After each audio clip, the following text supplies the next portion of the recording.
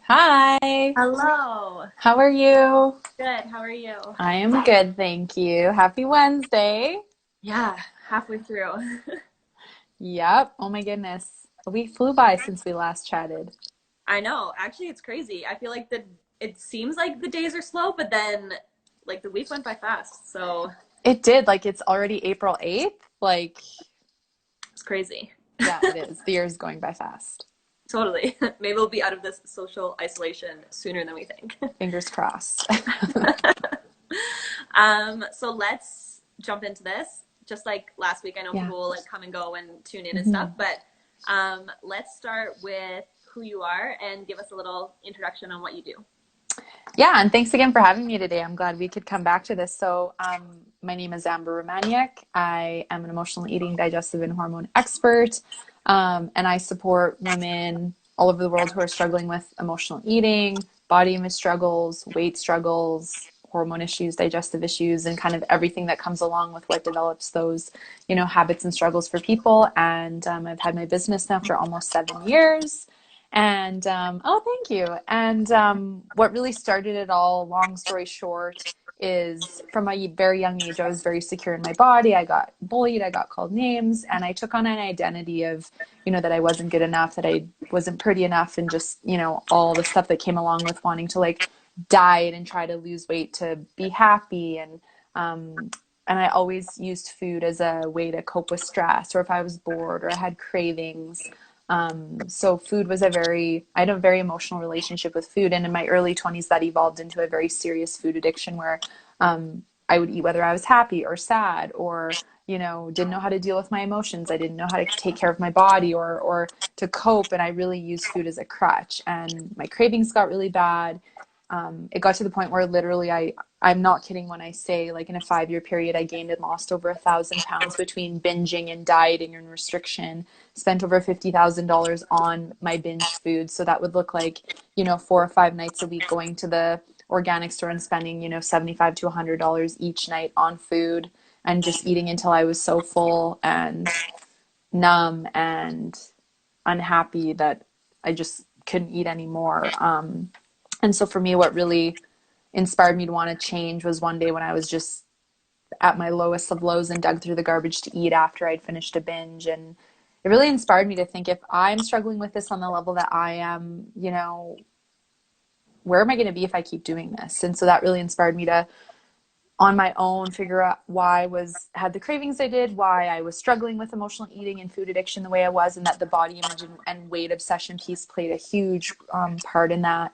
And that I didn't know how to cope with stress in a healthy way. I didn't have a healthy routine. I didn't know how to love myself. And that, I then embarked on this journey about 11 years ago where I educated myself a lot on food and nutrition and that certain foods were more addictive for me and that I had big cravings because of, hormone issues and gut flora issues and certain emotions. And the more that I learned about all of this, the more it really fascinated me. And it's just like I healed myself. I overcame my food addiction. I really learned how to love my body. I learned that food is for physical nourishment and we can really enjoy food, but that anytime we're using anything as a way to cope, it's not a healthy relationship with that thing. And that is what inspired me to then start my business and support other people with it. And here we are today. Here we are. It's crazy. And we did a podcast episode. I mean, you have a Mm-hmm. podcast that people can really get to know you, but I also have a podcast episode that dives really deep into what that meant for you in terms of Mm-hmm.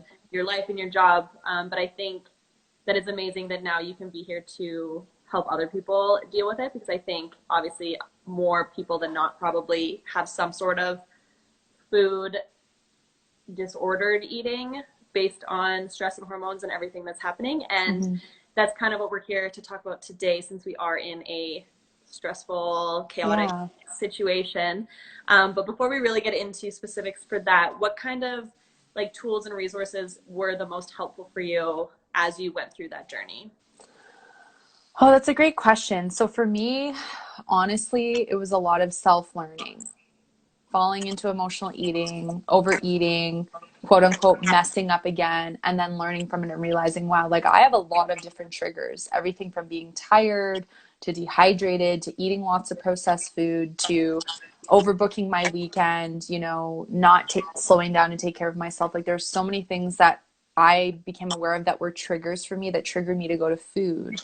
And so I think that was a huge learning. And then, you know, incorporating self-care items into my day to help me calm down, to get grounded, to relax, to cope with stress in a healthy way, to go, the food's not solving my issue right now. It's not helping me deal with my frustration or anger, my fear. It's just making everything worse to keep eating. And so learning how to incorporate things like meditation, yoga, breathing, coloring. I read, I love reading. And so for me, it was like Louise L. Hay, You Can Heal Your Life, or, you know, reading Deepak Chopra, self-help books, books that talk about the mindset, the way we behave, how food impacts our physical, mental, emotional, chemical state of health. And that so many foods are designed for us to become addicted or reliant on them and crave them so that we don't stop eating them so that those companies can make a lot of money, right? They don't care about our health, or that now we're struggling with this emotional relationship with food and our weight or the way we feel about our body. They don't care about any of that. So I think that was huge for me, was really delving into what is self-care and building a self-care routine that was really important for me and helped me to cope with stress, and doing a lot of reading. I didn't really get a lot of help because I just, at the time, A, didn't want to tell anybody because I was too embarrassed, and B, I just didn't have the money to pay for help. And so I just had this feeling at the time of like, I need to just figure this out. And obviously, I think for me, part of that was because I was meant to come and then help other people, and just like really needed to delve so deep for myself. But I think podcasts and like YouTube videos and books, like there's so many things that we can like learn from now. And then of course, getting that private support if you feel like you need it, that you're not alone. But that's essentially kind of what I did, is like a lot of reading, research, books.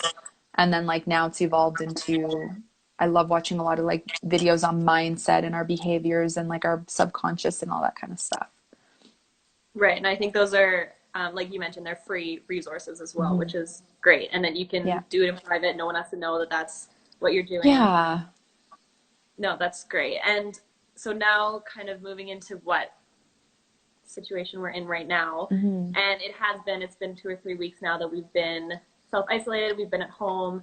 It has been stressful and chaotic for a lot of people. I know there's lots of worse off Yeah. people than we are just sitting here being able to still do our jobs. But what has been the hardest for you in terms of just being at home? You're in your kitchen, you have all that food, but you also have stress. So, do you want to just walk us through kind of how that was, even at the beginning, and how that's evolved as well in the last? Mm-hmm. Well, I can tell you if this happened 11 years ago, I'd be a complete mess and I'd be eating everything in the house. But I can tell you, due to the work I've done over the last 11 years, the relationship with food has not changed at all. This scenario is not triggering me to emotionally eat. I'm not overeating or eating more than normal. We're eating as we usually do at home. And maybe we have a few more things on hand because we were just preparing if we had to quarantine. But I don't feel any draw to the kitchen because of the work that I've done. I think the most difficult part has just been like everything shutting down, and a lot of the opportunities that I'd planned in my business to like speak and go out and like, you know, do things in the community just all of a sudden came to an abrupt halt. And so that was just kind of sad and like, oh my gosh, I can't believe this is happening. Like it made it real. And then of course, just like thinking about your loved ones and people that are, you know, in other areas where things are being impacted, and hoping that they are healthy and safe and, you know, stay healthy and safe. But I think one of the most valuable things that has been important in our home for my boyfriend and I is tending to our mindsets and really setting strong boundaries around the news and how much we're reading, and, you know, minimal updating and informing ourselves, because it's so powerful. I really believe that, you know, the mind plays such a role on our physical state of health. And the more stressed and overwhelmed we're getting, then we produce more cortisol, and that has an impact on, you know, your health and your energy and your stress and your immunity. And so we really are keeping good mindsets at home. And I think that that's helping with us now that, like, you know, we're getting into this new routine, right, of being at home more often.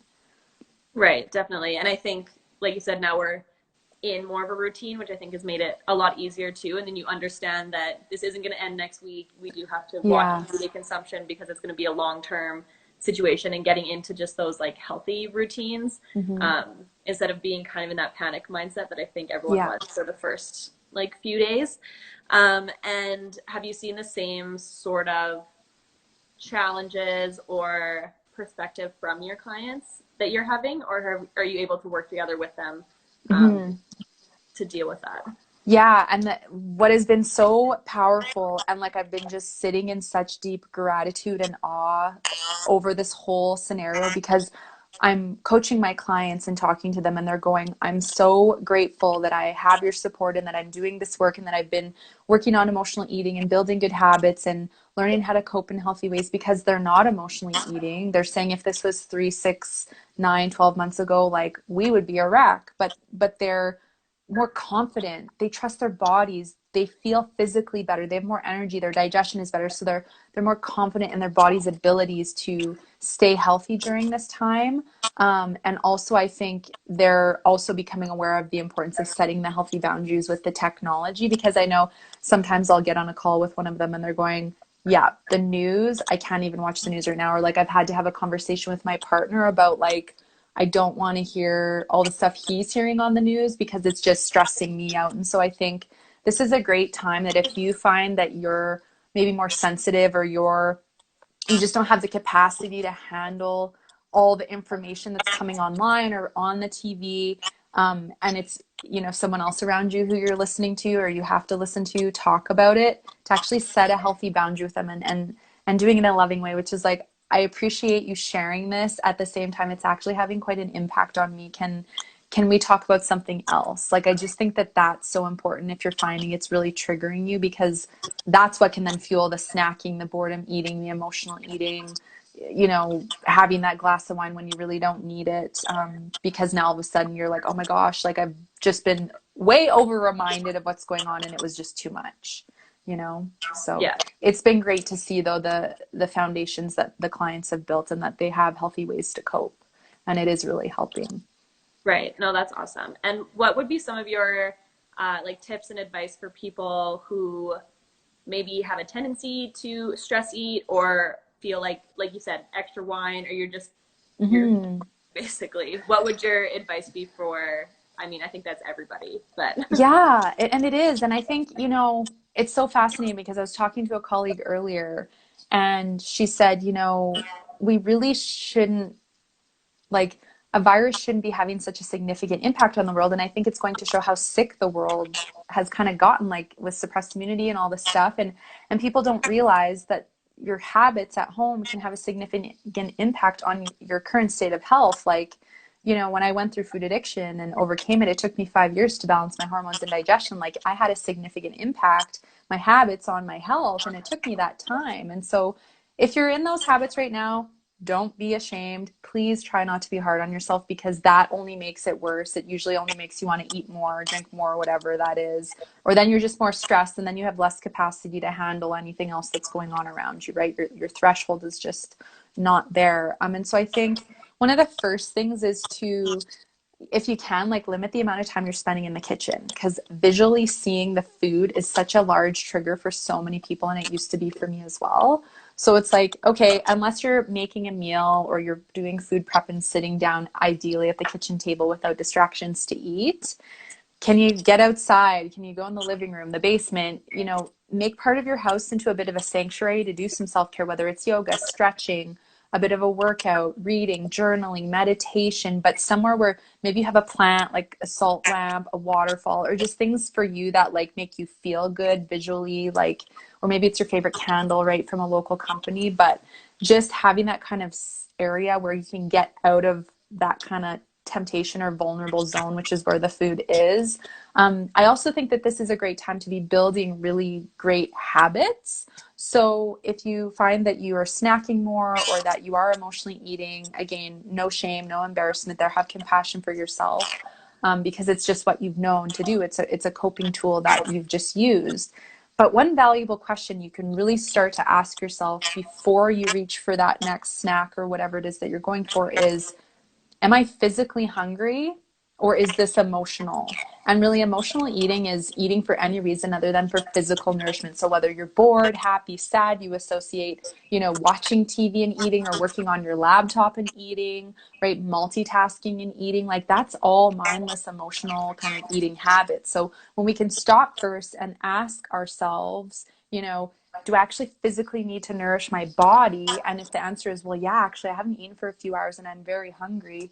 Yeah, then take that opportunity to, make a healthy meal or have a nourishing snack and then check back in and go, okay, now that I'm nourished, do I still want to keep going? And if you do, then it's like, if you can, remove yourself from the kitchen or wherever the food is, go to a different place in your house or get out for a drive or a walk and ask yourself, like, what may this be about? Is this because I'm stressed about what's going on? Did I watch the news and that's what triggered me?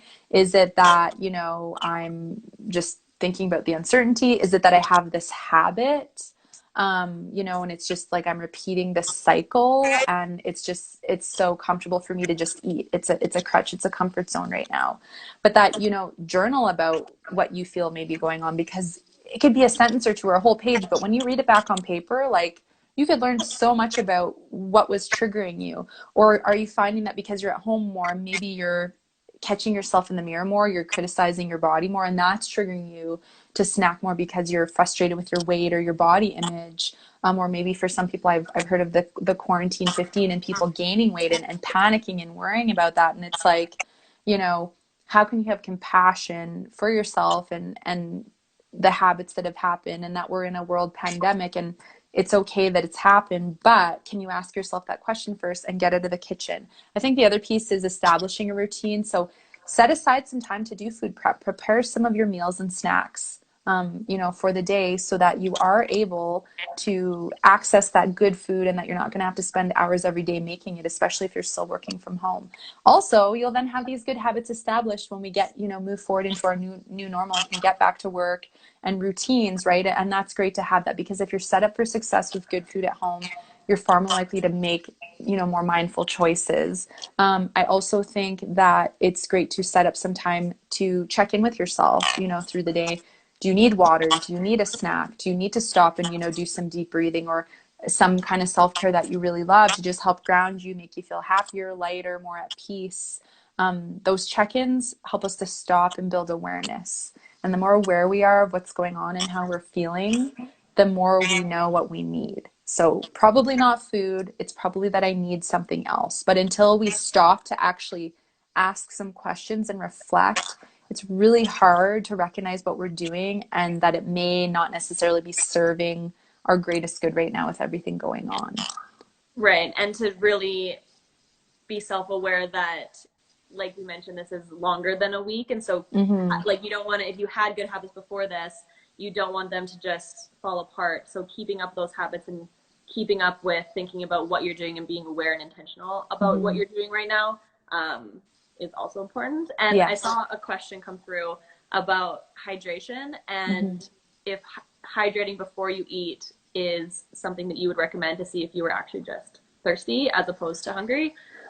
Yeah, so I think if you know you're physically hungry and that you need to eat, don't drink a bunch of water first, because you dilute your stomach acid and you will actually potentially give yourself more bloating, heartburn, or not digest as optimally, because our stomach acid breaks down our protein and helps us with nutrient breakdown before it hits the small intestine. But if you know you're satisfied physically with food, it could be dehydration. So a good check-in is like, are you getting your 2 liters of water a day or your 68 ounces? I find that that's a really good baseline for people to strive for.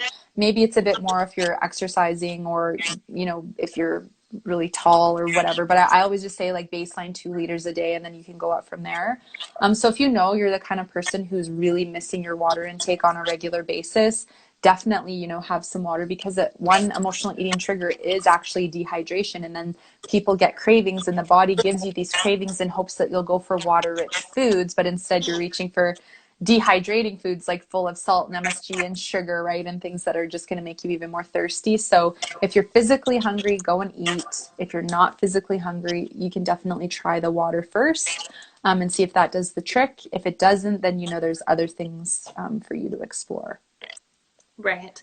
And you're talking about all these habits and routines. Do you want to walk us through what your like morning or day routine is like? Because I feel like you probably have great habits that we should all be following. Well, thank you. And I think everyone, it's so important to create a routine that is in alignment with your day and what works for you. And I've spent the last 7 or 8 years establishing routine, right? And so it's easy now. But again, in the beginning, it's always more difficult because it's new, it's not top of mind. So I used to load my calendar full of reminders of like, okay, time to meditate, like time to, journal, and then have breakfast and get ready for the day, and like have check-ins popping up to just help me go, do I need anything? It was not top of mind at first. So I get up, I always like to start the day with like setting an intention of something I want for the day. Then we'll usually like journal or meditate, some form of really relaxing self-care to just kind of get me really grounded. Because it's, when I'm coaching my clients, I have to be in just a very solid state for them, right? And show up for them as well. So it's important that I feel really good. And then it's just like breakfast, shower, get ready, maybe do like a bit of movement. I have a little trampoline, or like go for a walk or some stretching or something. And then I dive into my coaching day. I always have a huge thing of water with electrolytes on my desk. I always have like a little, a snack or two, and take a break to disconnect from technology and just have that. Then I have a lunch break, and usually check in sometime in the afternoon to just see how I'm feeling and if I need anything emotionally or physically, between my client calls and things like that. And then the evening, it's very chill. It's just like chill time, connecting with my boyfriend, watching a funny show, maybe a bit more meditation and reflection on the day, hopefully getting outside more. If spring ever will show up, right? Yeah. Getting out for a bike ride, a walk, that kind of stuff. So it's kind of what my day looks like. And then in between, hopping on social media to connect with people. But I just think it's so important that we incorporate or dedicate at least 15 to 30 minutes, whether it's all at once or spread throughout the day, for self-care, to disconnect from technology and everything and to connect with ourselves. I think something hopefully that this is teaching us all is that we've been far too busy in general, and we have lost connection with ourselves, with our body, our health, our needs, mentally, physically, and emotionally. And a lot of people are unwell, even if this wasn't happening. Like, a lot of people are not in a good state of health. So if we can learn how to slow down and make our health and ourselves a priority rather than being at the bottom of the list, I think that that's just going to help everyone, inspire them to take better care of themselves. And then from there, you can put that into your work, your relationships, and have, I think, more positive outcomes, because we're taking care of ourselves first, which is key. Because if you don't have your health, really, what do you have? Yeah, and if this isn't answering that question for everybody, then Mm-hmm. like this is the wake up call for everybody. Like you said, I think especially I found it too, like the type of lifestyles that we were living Mm-hmm. before. Obviously it's different because we are at home and we don't have to drive anywhere and there aren't as many responsibilities. But I feel like now that we've slowed down a bit, you realize how much more energy and how much better you feel, and even Mm-hmm. getting more sleep and not like rushing out the door as soon as you get up. And I think Yeah.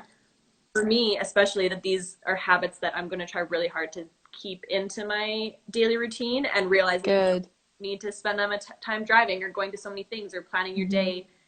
day with like 75 different things that you have to do and people you have to see. And I think that's been really good. And like you said, then it overflows into the work you're doing and then the relationships you have, Yeah. which has been great. 100%. And something that happens, because you just made a really good point about all the rushing and overbooking our schedules, is it has an impact on our hormones. And cortisol is our stress hormone. And so for anyone who's exhausted and having trouble sleeping and having cravings, especially if you're gaining weight around the abdominal, or you're having troubles losing weight, and you're not quite feeling yourself, and you're brain fogged and just like in this state where I'm just like, I don't feel well, what is going on?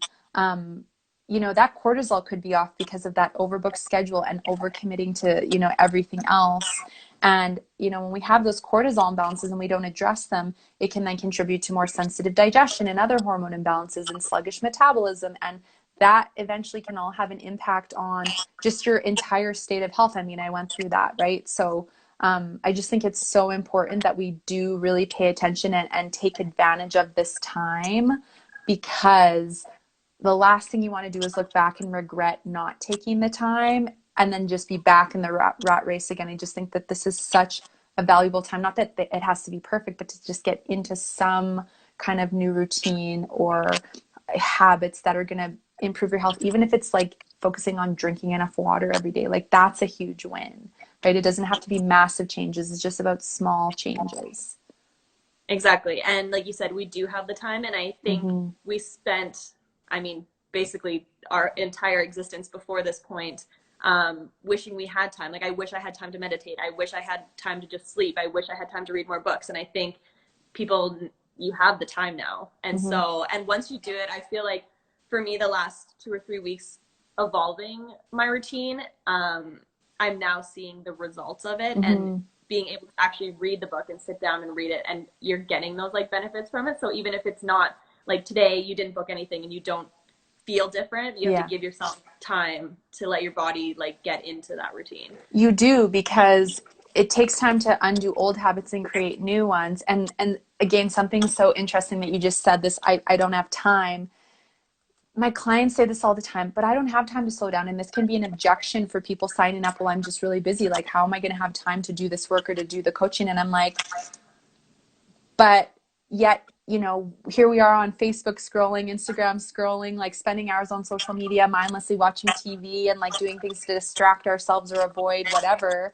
So it's like, what if you could take some of that time that you're spending on social media and take that chunk and dedicate it to your self-care, whether it's now or it's, moving forward? Because I just think we've become so distracted as a society. And again, that lack of connection with self, because we're so busy connecting with everyone else online, which is great to a sense. But I just think it's so important that we recognize we can always create time if it's important for us and it's something that we want to make a priority. And hopefully the goal is that, we're not forced into situations where we have to make changes, that it's like we want to do it because we want to be preventative and like, have our health improve, and not get to the point where it's like, well, now I'm really sick and I have to make these changes. Prevention is really the key. And so I think having boundaries with technology right now, and setting these habits up with technology right now will help again with moving forward into the new normal as things calm down as well. And again, keeping with that, like sleep hygiene is another huge thing. And a lot of people are saying, oh, well, I'm staying up really late, I'm binge watching Netflix and this and this and this. I'm like, okay, well, fair enough. At the same token, when you're staying up past 11 o'clock every night, or 2 3 in the morning, optimal hormone balance time happens between 11 p.m. and 1 a.m. If you find you're feeling more puffy and water retention, well, we end up feeling more that way when we stay up late all the time and don't get enough sleep, right? And then when you're tired, you get into an I don't care or a screw it mentality with food. And then here we are rummaging through the pantry because we're tired, we didn't sleep well, we're not feeling very great in our bodies, and we need to pick me up from food. So again, even just something like sleep and unplugging from technology like 15 to 30 minutes before bed, and trying to get to bed before 11 p.m. most nights of the week. I mean, fair enough if you want to stay up late here or there, but remember, your sleep is so important for your health, your immunity, like every aspect of your health. So I think another good part is the sleep routine is also really important. I totally agree. I'm a huge sleeper. And I think Me too. because we are at home, like there's no more like late Friday nights going out. So there's really no reason to like stay up late on the weekends. You might as well just keep your bedtime at the same time every day. Yeah. And this is a great time to catch up on sleep. Like if you've been sleep deprived because your schedule was so busy, or you're, one of those people answering emails at 3 in the morning and doing your work really late into the night, like take advantage of this time, sleep in, take naps. And if you're fighting with this part of your brain that's going, I can't slow down, I can't take that time, like, and you're judging yourself or labeling yourself as lazy, like there's some self-worth stuff to deal with. And so this may be a great time to actually address that, because it is our beliefs of ourselves, the overachiever, the perfectionist, the people pleaser. And a lot of it is tied to self-worth that then is fueling this need to like be so on and so overbooked and do everything to try and prove that you can be like Superman, Superwoman, when it's like that doesn't support your health. So if you are going, oh, I really want to do that, but I feel guilty thinking about it, or I'm lazy if I do that, it's like there is definitely some, potential exploration around mindset. And I do that with my clients because your mindsets dictate your habits and the way you're behaving with food, your body, your technology, and everybody else. So if you're not happy with, your health and the way that you're showing up, then we often have to start with them, shifting the mindset and our habits. Right. I love that. I think I have nothing to even add to that. I think that was a great summary of all of it. And before we log off, just take a little turn. What are your go-to snacks? Because I know people are still snacking, but I think Yeah. people always want like healthy alternatives. So what Mhm. are kind of things that you reach for when you need a snack? Definitely always have lots of raw nuts and seeds in the fridge. A piece of fruit and nut butter is a really great snack because the fat in the nut or nut butter breaks down the sugars in the fruit more slowly and it will sustain you for longer. I love collagen, adding it into a warm drink or a smoothie, and even making a smoothie in the morning and having half as my mid-morning snack and half as the afternoon snack. Make sure you're adding fat and protein to your smoothies. It's a huge miss for a lot of people, and then they're getting hungry. So always make sure you have a protein and some form of fat source in your smoothie with your fruit, a green. This is a great time to also be adding things like ginger, turmeric, cinnamon, anti-inflammatory, to your food, like adding in good nutrient quality because it's going to help you stay healthy. Absolutely love making like homemade energy bites, homemade granola or granola bars. I do like coconut yogurt with fruit, and nuts, stuff like that. Veggie bags are huge. We have lots of veggie bags that I'll prep with like hummus or cashew cheese. So stuff like that, hard boiled eggs. Like it's simple, but we eat pretty simple. So it's just like we'll prep everything on the weekend. So I just think it's good to have a bit of variety, bit of sweet and savory, but always make sure you're adding a fat and a protein or one or the other because fat and protein breaks down more slowly with your carbohydrates and it's going to help to keep your blood sugar more regulated. So one other tip is if you did emotionally eat or overeat and you had a lot of sugar, load up on fat and protein because it's going to bring your blood sugar back down from that massive spike and help to just regulate it and help to reduce some of those cravings. Also, cinnamon's really good for blood sugar, so adding that into your smoothie, your oatmeal, or whatever would be palatable. It contains chromium, and chromium helps to support balancing the blood sugar. So there's like, it's so fascinating because food has so much nutrient benefit and it can help us balance different, imbalances going on in the body. And so if we can learn how to see these benefits and understand, how it improves our health. It makes you excited about what you're eating and then you want to experiment as well. So I've got loads of recipes on my website for like energy bites and like, gluten-free, everything's gluten, dairy, refined, sugar-free because I find a lot of my clients end up with food sensitivities and that's just how we eat. If you want to change stuff, you can, but there's lots of inspo there if you're looking for, something a bit different but simple. No, I think those are great options. And that leads us to the end of this. So, where can people find you, all those resources? You have a podcast, share all your information. Yeah, so you can find everything on my website at amberproof.ca from recipes. I have an emotional eating quiz. I do a 30-minute body freedom call. It's complimentary if anyone wants to connect and talk more about, personally what's going on for you with your health struggles right now, or if you want that support to build a routine.